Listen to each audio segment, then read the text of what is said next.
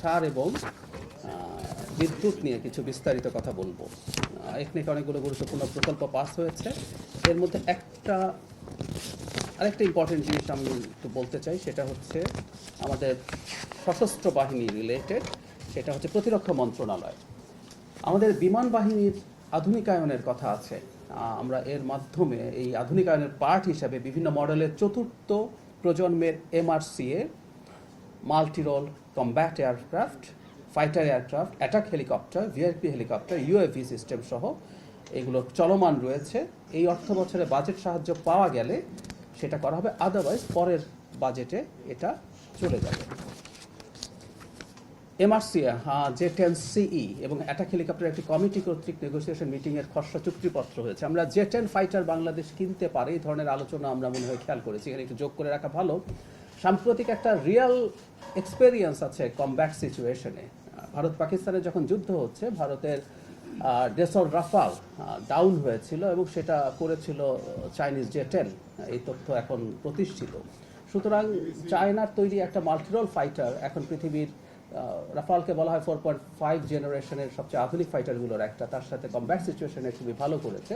So Bangladesh সেদিকে মনোযোগ দিয়েছে এবং আশা করা যায় আমরা এই পথে খুব ভালোভাবে এগিয়ে যাচ্ছে। একটা কথা বলে রাখা ভালো, সিমিলার কোয়ালিটির, এটা আমরা রাফাল বলি বা ইউরো ফাইটার টাইফুন বলি, ইউরোপিয়ান যে ফাইটারগুলো আছে তার তুলনায় চাইনিজ ভ্যারিয়েন্টগুলো, চাইনিজ ফাইটারগুলোর দাম তুলনামূলকভাবে অনেক কম।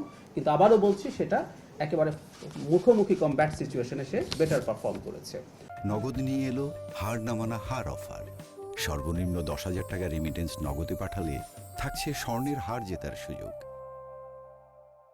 আমি সার এবং বিদ্যুৎ নিয়ে কয়েকটা কথা একটু বলতে চাই। সেটা হলো, সারের সংকট নেই, কোনো জায়গায় সার বিতরণে কিছু অনিয়ম হয়তো এসছে, পত্রিকায় এসছে, আমরা খেয়াল করেছি এবং সেটার জন্য সরকার খুব দ্রুত ব্যবস্থাও নিচ্ছে।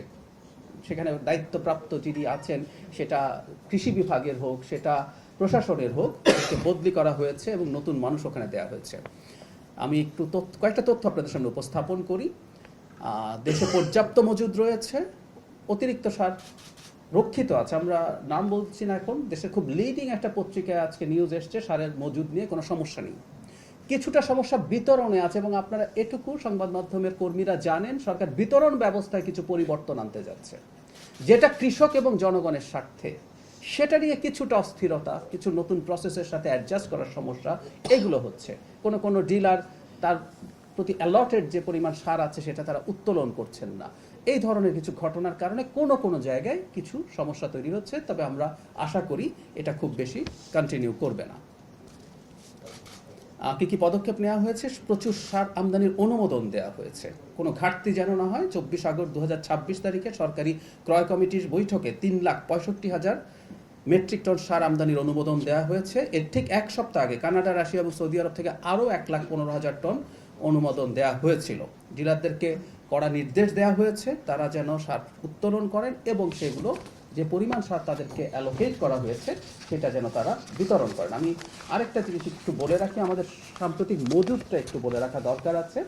আমাদের মজুদ 24/8/2026, ইউরিয়ার মজুদ আছে 4.822 lakh metric ton, TSP 3.69, DAP 3.68, MOP 1.46, মোট 13.65 লক্ষ মেট্রিক টন মজুদ আছে। আমদানি পর্যায়ে আছে টিএসপি 2,10,000, ডিএপি 2,80,000, এমওপি 3,75,000।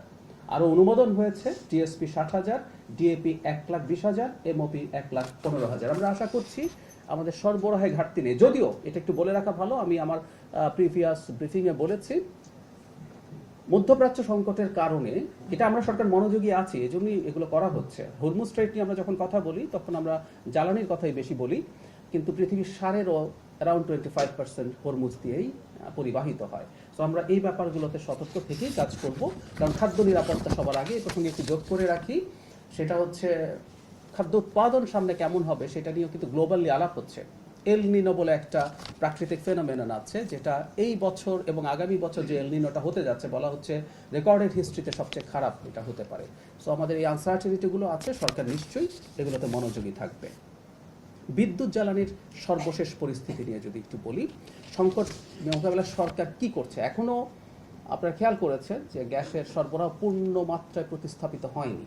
আমাদের FSRU যেটা নষ্ট হয়েছিল, আগুন ধরেছিল, সেটা ঠিক করা হয়েছে, কিন্তু এই মুহূর্তে গ্যাসের যে কার্গো আছে সেই কার্গো সাপ্লাই আসতে একটু সমস্যা হচ্ছে।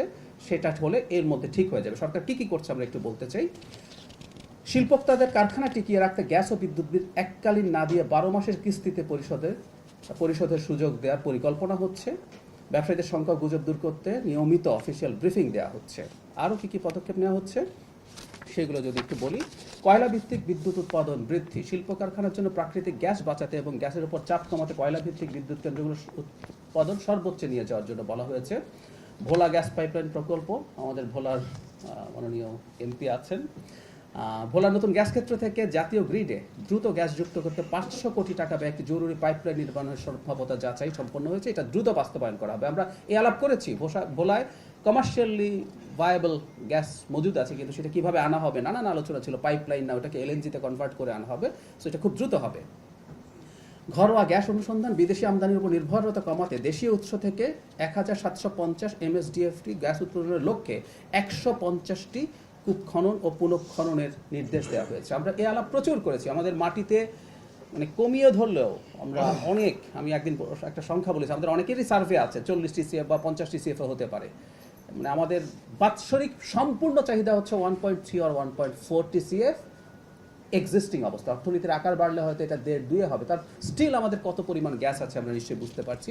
এবং আমরা আবারও বলতে চাই, স্থলভাগের গ্যাস অনুসন্ধান বন্ধ রেখে কিছু অলিগার্কের হাতে এটা তুলে দেওয়ার জন্য আসলে এটা করা হয়েছে। আমরা জনগণের ক্রাইসিসের প্রতি সমব্যথী, কিন্তু আমরা একই সাথে এই কথাটা বলতে চাই, এই সংকটটা বহু বছরের পুঞ্জীভূত সমস্যা। 2 বছরের মতো সময় ইন্টারিম সরকার ছিল, তারাও কি স্থলভাগে গ্যাস খোঁজার জন্য খুব চেষ্টা করেছেন? উত্তর হচ্ছে না।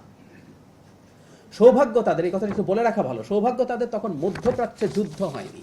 আমি একটা তথ্য আপনাদের উদ্দেশ্যে পরিবেশন করতে চাই। প্রতি ইউনিট, আমি গতকালও এটা চেক করেছি, প্রতি ইউনিট LNG-র দাম গত বছরের এই সময়ে ছিল $12 থেকে $14। এই মুহূর্তে ওটা $24। এটা 30-এ চলে যাবে বা ক্রস করবে এই সম্ভাবনা আছে। সুতরাং আমরা যখন বলে ফেলি যে ওই সময় হয়নি কেন, এখন হচ্ছে কেন, এই ব্যাপারটা একটু বুঝতে হবে।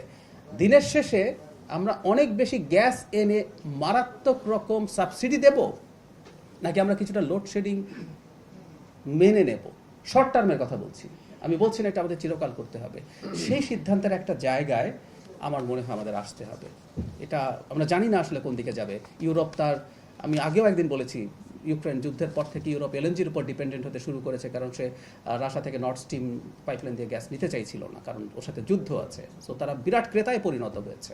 শীত আসছে, তারা তাদের মানে স্টোরেজ বৃদ্ধি করার চেষ্টা করছে। সো ক্রাইসিস আছে। আমরা জনগণকে আমাদের প্রতি অন্তত খানিকটা সহানুভূতিশীল থাকার অনুরোধ করবো। আমরা সর্বোচ্চ চেষ্টা করছি।